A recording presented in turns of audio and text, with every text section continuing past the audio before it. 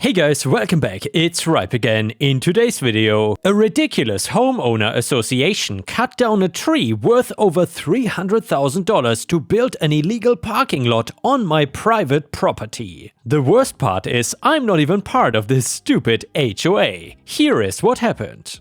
I had my land long before the area around me started to get more developed, and that led to a very awkward situation I found myself in. See, all around my land were places like stores and a big road that was not there before. I've had so many issues in the past with people walking on my property thinking it was just grass owned by the city. I've had people litter around my property and even park right on the grass when they could not find any other spots. I had to put up a fence, and while that did not solve the litter issue, it did stop everything else, at least for a while. On the other side of my land, closer to my house, I was near other homes and, annoyingly enough, an HOA. I never joined the HOA, but that did not mean that they left me alone either. They were an insistent bunch, but before a couple of years ago, never more than just an annoyance. One of them got me on the way inside and started to give me a big talk about how they could use the other side of my land since I was not doing anything with it. It was true that it was mainly just grass and nothing else going on, but it was still my property.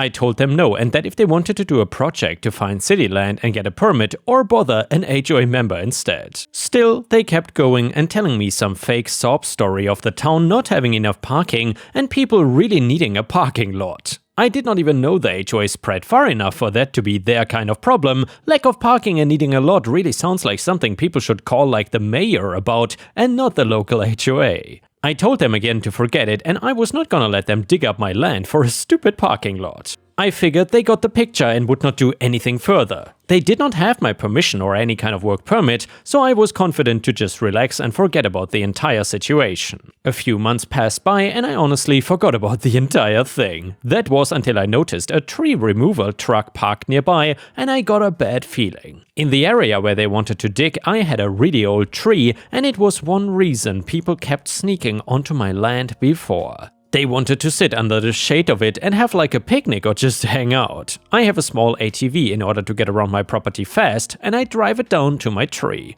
I was right to trust my gut, because standing right there was the HOA member I spoke to, along with men just finishing cutting down my tree. The only thing they had left to do was grind the stump. I could not believe what the hell they were doing and started screaming so loud I could be heard over the equipment. Me, what the hell do you think you're doing to my tree? Worker, we have paperwork from the town saying the owner put in a tree removal request. Me, well, I'm the owner and I didn't put in any frickin' requests. Did nobody even think to speak to the owner of the property before getting out your tools and just chopping away? Worker, this man said the HOA owns the property and we had the go-ahead from them to continue. Now my attention was turned towards the HOA member. Me, why would you have them tear down my tree? Is this some kind of sick thing because I don't want to join? Or do you get pleasure out of trying to upset people? HOA guy, it has nothing to do with any of that. See, this is where we want to build the parking lot and the tree was just in the way. We could not break ground and get the machines in until the tree had been taken care of. Me, I told you that you could not use my property to build the damn parking lot. This is my property and I want every single one of you off it now before I call the police for trespassing. HOA member, we have paperwork for the lot. I would stop fighting it if I were you. The threat was luckily enough and everybody left as quickly as they could. I was still pissed beyond belief and knew that this fight was not even close to being over.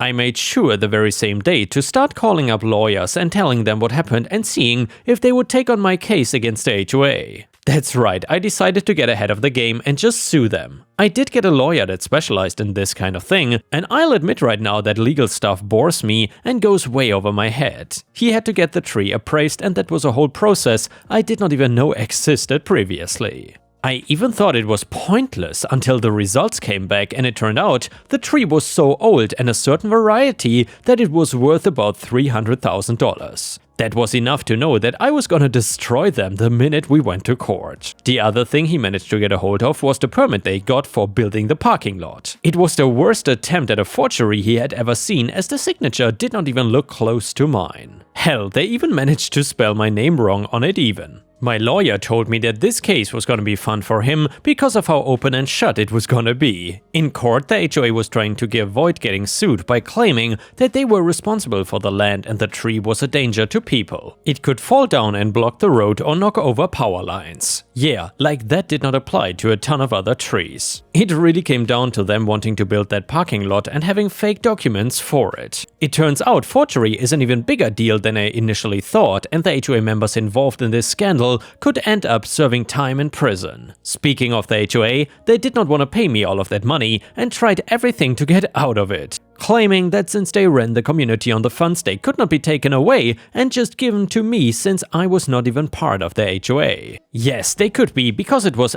HOA money and the HOA was the liable party for my tree being cut down. Then they tried to start saying that they did not know anything about it and that low-ranking member just worked alone. Again, did not work because the paperwork for the tree removal was on official HOA paper and even had the signature of the president. They had to pay me as much of the money as they could before they ran out and were basically bankrupt. Now the HOA was run by about 7 people in total and 4 of them ended up going to prison because of the forgery. An investigation was done and found that it was not the first time they had fake documents, it was just the first time they had been caught. With over half the HOA members arrested and them having no money because of my tree, they could not realistically stay around. The HOA went away and my biggest issue was once again people just littering on my property from the street. Certainly annoying, but not something as bad as what the HOA did. And here, Ripe stars, honestly, when will HOAs learn to not mess with the trees of non-HOA members, and even with the trees of members? Tree law is a serious thing, and I hope at some point people catch up to it. Anyway, the next one is an Am I the A-hole story. So I recently moved into a condo with my girlfriend Sam. We are getting by alright, but we are in no way wealthy, just better off than most. I take care of most of the finances for us because Sam does not like to talk about money. Every time I try to bring up our finances, Sam shuts down or she gets easily agitated. She is like this because her family used to fight over money a lot and she doesn't want that for us. As a result, I have to watch our finances and it's hard because she does not want to communicate this with me.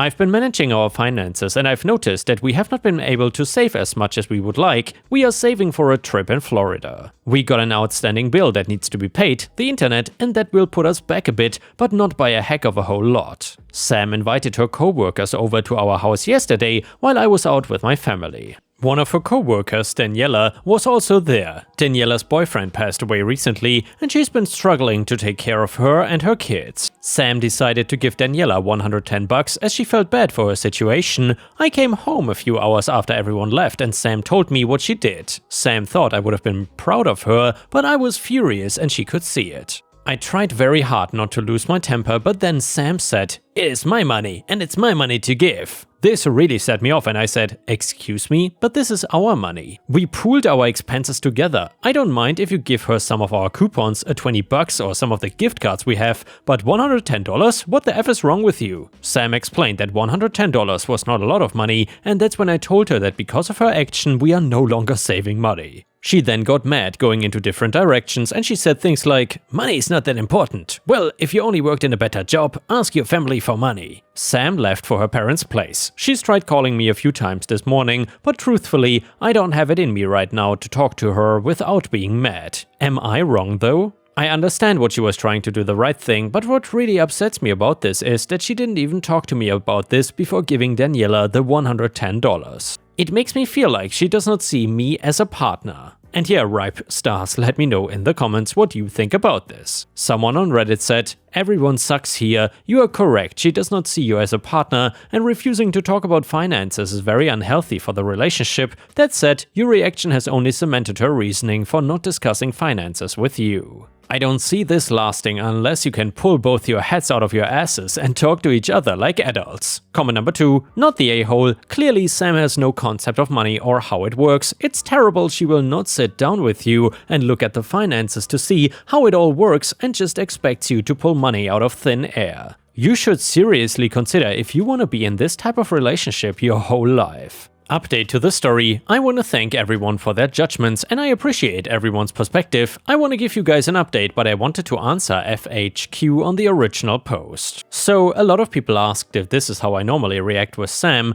We do get into fights, but not like how we did on Sunday. This was the first time we fought over money, and it was the first time I was angry enough to swear at her. Some people ask why we opened a joint bank account. The reason was because Sam's best friend has a joint account with her partner, and it kept both accountable and it kept things fair. I liked the idea and Sam loved it too, and we thought we would have the same result. I know this was not wise in hindsight. We still have our own separate bank accounts and we use our separate bank accounts for personal expenses like our cell phones. However, some also ask what her family would fight over.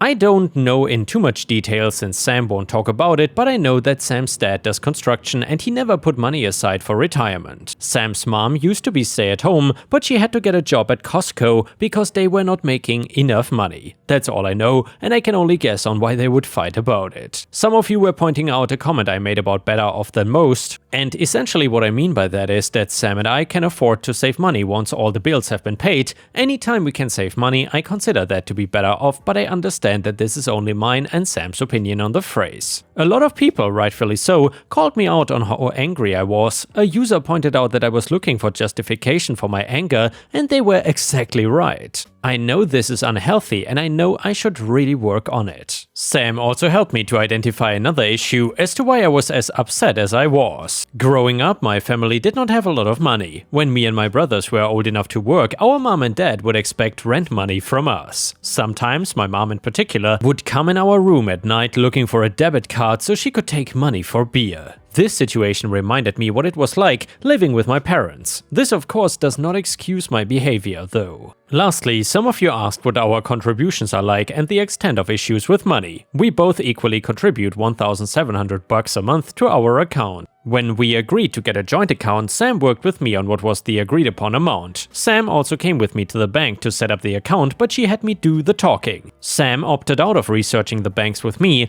I was looking for a bank with low fees. She would sometimes help with the budget, but sometimes she would zone out, go on her phone, or excuse herself when I was talking about the budget. I still have the spreadsheet on our budget. Sam does not like to talk about things like saving plans, mutual funds, or investments, and tells me that she has me for that sort of stuff. Sam does not like to ask for money, and she does not like it when I complain about money. We have scheduled 2 different appointments with advisors, but both times fell apart. I know this is a lot, but Sam has opted to work with me on what to buy, where to buy, and has agreed with me on how to save for a Florida trip.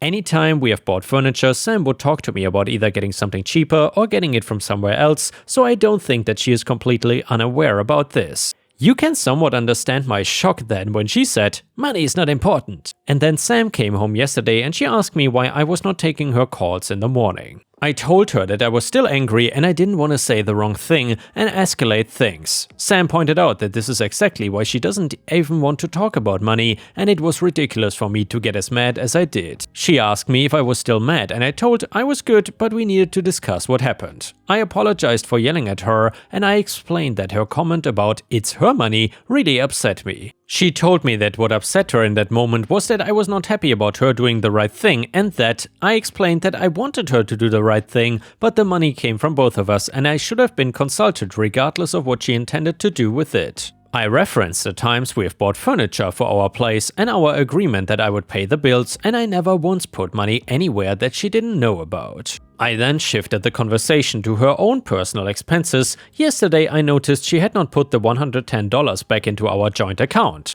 I suspected Sam did not have enough money and that's why she did what she did. I was correct in my assumption, and Sam told me that she did not have a lot of money in her own account. I asked her if she intended on using our savings until she got paid next, and she said yes. Honestly, this made me mad and I tried to be cool. So I said to her, "So you gave your coworker money that you did not have on your own, so you reached into our savings to give her our money?" Right away I knew I made a mistake with what I said and I wish I could go back and rephrase it. She said, "Part of that money is my money and you're making me look like the bad guy here when I was doing something good for someone struggling, and I didn't think it was gonna be so bad since we still had money left over." Sam did not know that I was already planning on paying the internet bill with part of our savings. I did not want to push her, so I decided not to bring that part up. I asked her how she came to the determination of $110. She said she did not think about what constituted an appropriate amount and she gave what she thought was the right amount. I then asked her again why she thought $20 and gift cards were not enough. She said what a lot of other people said,